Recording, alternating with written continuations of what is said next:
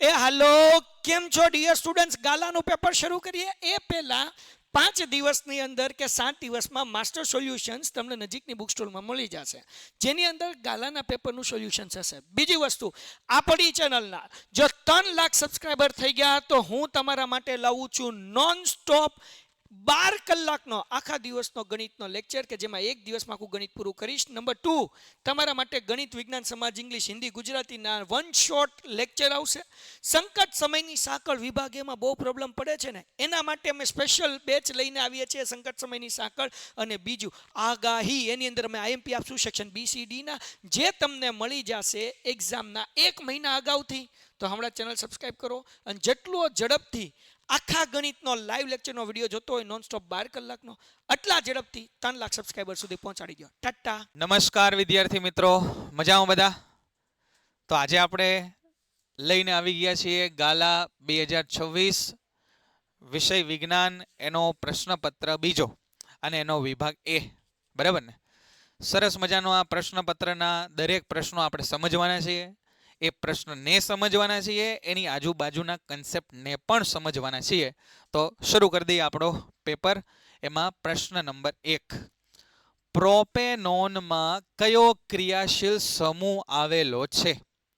હવે ભાઈ, જે બાળકોએ લેક્ચર ભરેલો છે અને જેણે આ ક્રિયાશીલ સમૂહોના નામ કર્યા છે એને ખબર છે કે સાહેબ પ્રોપેનોન છે ને એની સંધિ છૂટી પાડી દો તો એ થાય પ્રોપેન વત્તા ઓન, બરાબર ને? પ્રોપેનોન એની સંધિ છૂટી પાડી પ્રોપેન વત્તા ઓન. આ પ્રોપ એટલે 3 કાર્બન, પ્રોપ એટલે 3, તો પ્રોપેન એટલે 3 કાર્બન અને આ ઓન એટલે કીટોન. અને કીટોન સમૂહને કઈ રીતે લખીએ આપણે?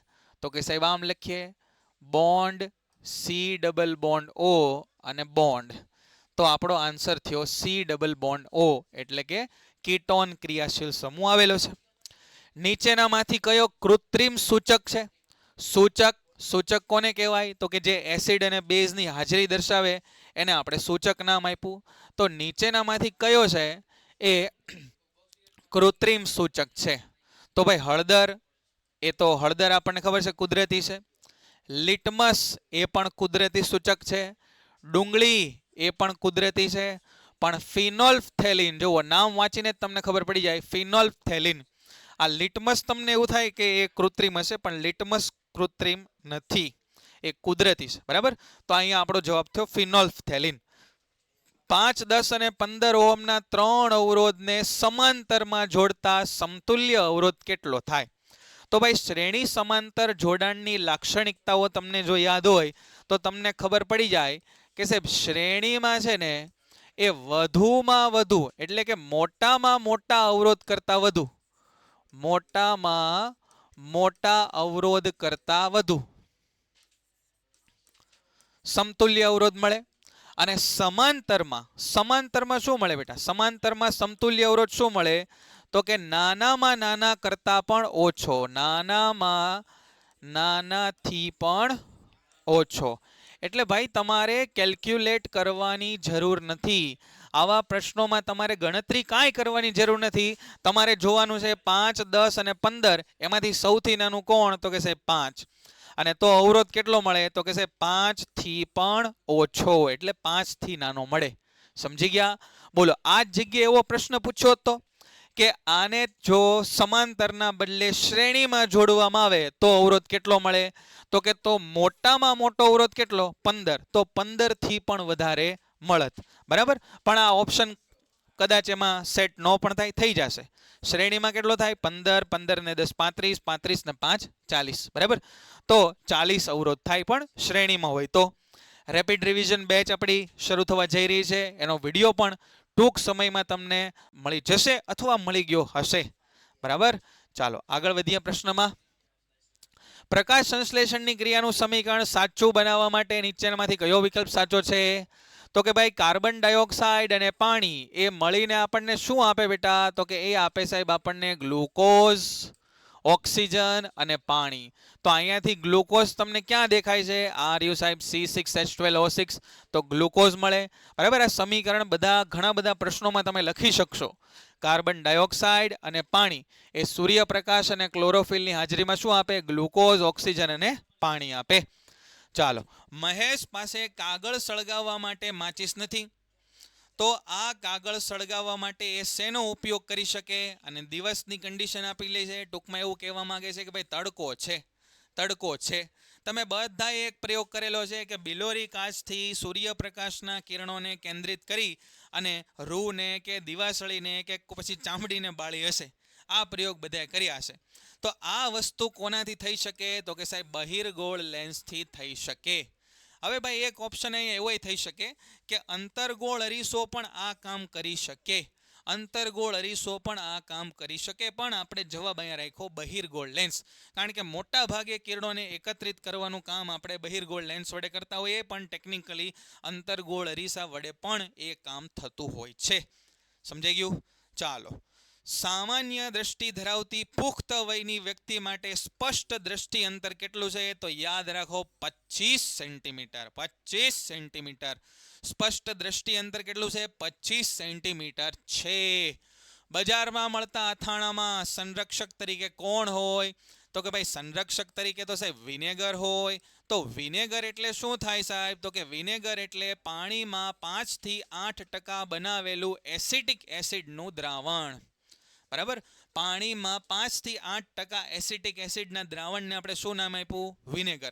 અને આ વિનેગર અથાણામાં સંરક્ષક તરીકે એટલે પ્રિઝર્વેટિવ તરીકે એટલે બગડે નહીં એના માટે હોય. 1 કિલોવોટ આવર એટલે કેટલા જૂલ થાય? ચાલો, 1 કિલોવોટ આવર એટલે કેટલા જૂલ થાય?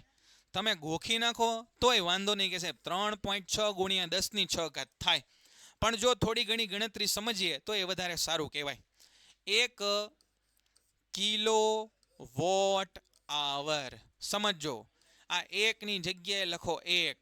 કિલો એટલે થાય સાહેબ 10⁻³ એટલે 1000 ગુણ્યા આ વોટની જગ્યાએ લખો વોટ અને ગુણ્યા કલાકની જગ્યાએ લખો 3600 સેકન્ડ. કલાકની જગ્યાએ લખો 3600 સેકન્ડ. તો આ જવાબ થયો સાહેબ 3600 ગુણ્યા 10⁻³ વોટ સેકન્ડ. 3600 ગુણ્યા 10⁻³ વોટ સેકન્ડ. હવે આ સૂત્ર તમને ખબર છે કે સાહેબ પાવર એટલે કાર્યના છેદમાં સમય. તો કાર્ય એટલે શું થાય? તો કે સાહેબ પાવર ગુણ્યા સમય. પાવરનો એકમ શું થાય? તો કે વોટ. અને સમયનો એકમ શું થાય? તો કે સેકન્ડ. અને સાહેબ આ W લખ્યો એ કાર્યનો છે. ભાઈ કન્ફ્યુઝન ન હોવું જોઈએ બિલકુલ આમાં. બરાબર, અને આ W લખેલો છે એ કાર્યનો, અને કાર્યનો એકમ શું થાય? તો કે કાર્યનો એકમ સાહેબ જૂલ થાય. તો અહીંથી બેટા તમને ખબર પડી ગઈ કે જ્યાં તમને વોટ ઇન્ટુ સેકન્ડ બતાય એની જગ્યાએ તમે સીધું શું લખી શકો? જૂલ લખી શકો. આવી એકમોની નાની મોટી રમતો કરતા આપણને ફાવવું જોઈએ. બરાબર, આવા પ્રશ્નો દર વખતે પૂછાય જ છે.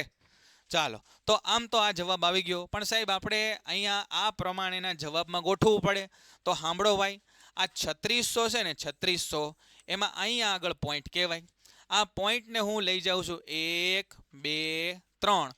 3 સ્થાન ખસેડો એટલે આ થઈ ગયું 3.6. ડાબી બાજુ ખસેડો એટલે ઘાત વધે. 3 સ્થાન ખસેડ્યું એટલે 3 ઘાત એટલે 3.6 ગુણ્યા 10⁻³ ગુણ્યા 10⁻³. જો આ 3600 ને લખ્યું 3.6 ગુણ્યા 10⁻³ અને આ 10⁻³. તો જવાબ આવ્યો સાહેબ આપણો 3.6 ગુણ્યા 10. આધાર સરખા, પદો ગુણાકારમાં, તો ઘાતનો સરવાળો 3 ને 3 6 અને આન્સર આવ્યો આપણો જૂલ. તો આવી ગયો 3.6 × 10⁻⁶ જૂલ. બરાબર. પર્ણરંધ્ર ખુલવા બંધ થવાની ક્રિયાનું નિયમન કોણ કરે? તો તમે જરાક આંખો બંધ કરીને એ વાળી આકૃતિ યાદ કરો, પર્ણરંધ્રવાળી, વાયુરંધ્રવાળી. તો એ આકૃતિના નામ નિર્દેશનમાં તમને ખબર પડી જાય કે સાહેબ રક્ષક કોષો જે વાલ આકારના આવેલા હોય એ પર્ણરંધ્ર ખુલવા બંધ કરવાની ક્રિયા માટે જવાબદાર હોય છે. અને તમે જરાક મનમાં યાદ કરો તો ભાઈ કે આ પર્ણરંધ્રો ખુલે અને બંધ થાય એ કયા મિકેનિઝમથી થાય? એવી તો રક્ષક કોષોમાં શું રચના થઈ ગઈ કે પર્ણરંધ્રને ખોલે કે બંધ કરે? વિચારીને તમારી જાતે વિચારીને જવાબ એનો લખજો કમેન્ટમાં, તોય વાંધો નહીં. અને નો યાદ આવે તો ટેક્સ્ટ બુકમાં જોજો, કેમ કે એવા પ્રશ્નો પૂછાય.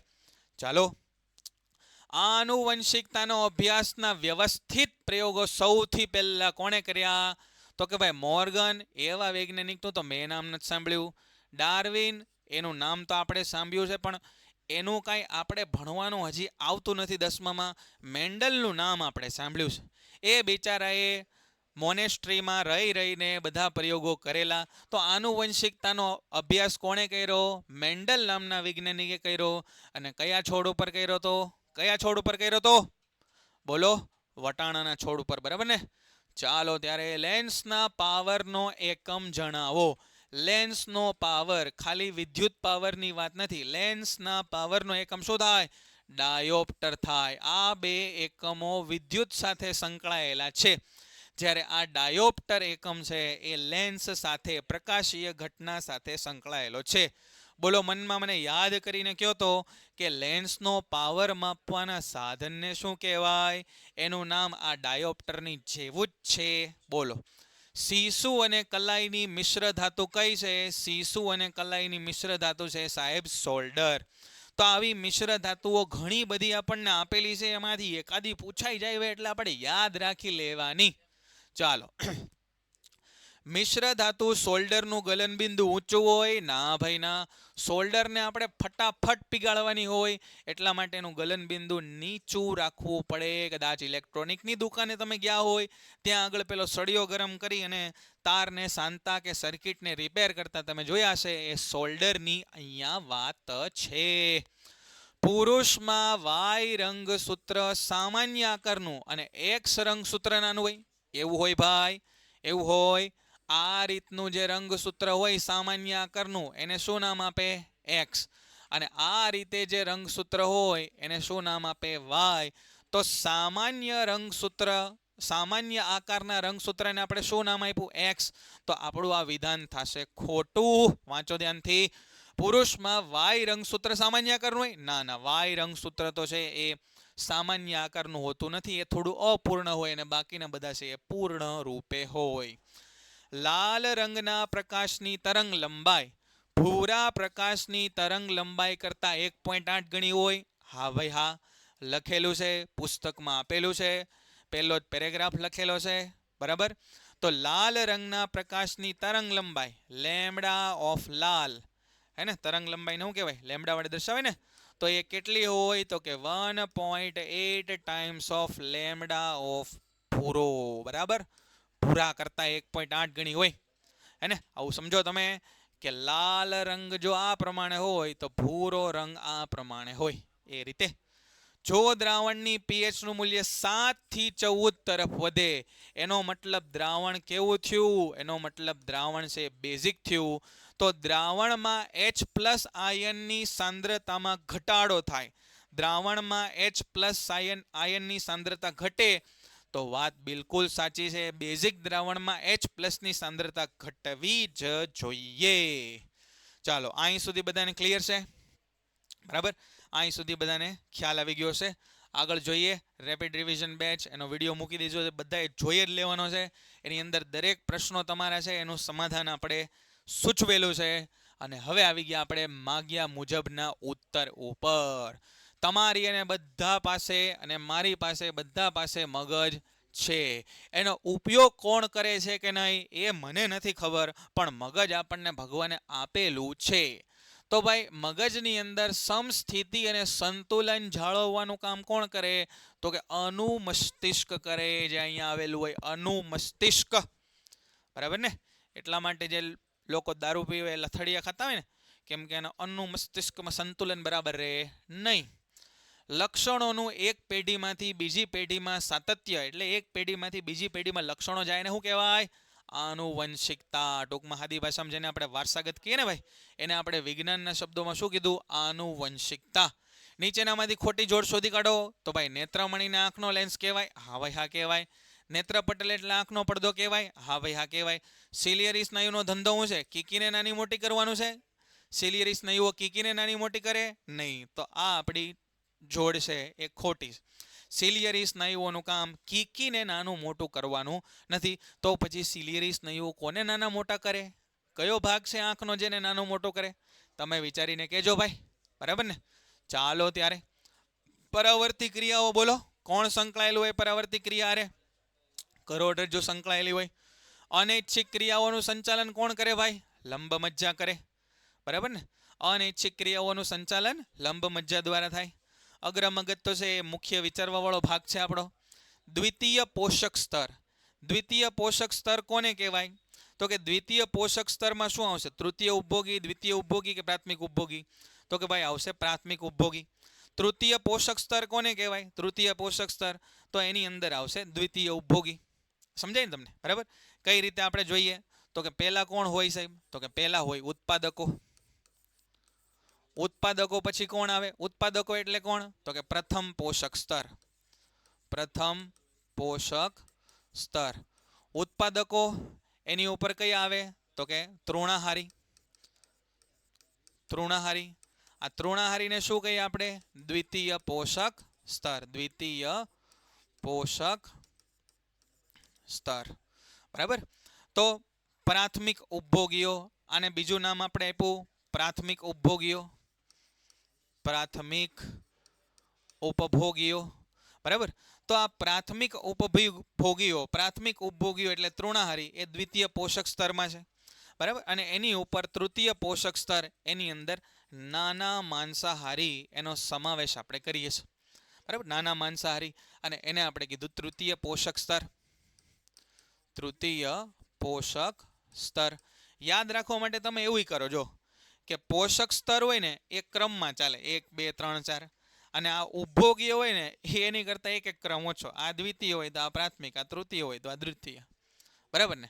તો એ વિભાગ તમને સમજાણો હશે, બરાબર. આવીને આવી રીતે આપણે બી વિભાગ, સી વિભાગ, ડી વિભાગ એની ચર્ચા કરવાની છે. Wish you all the best.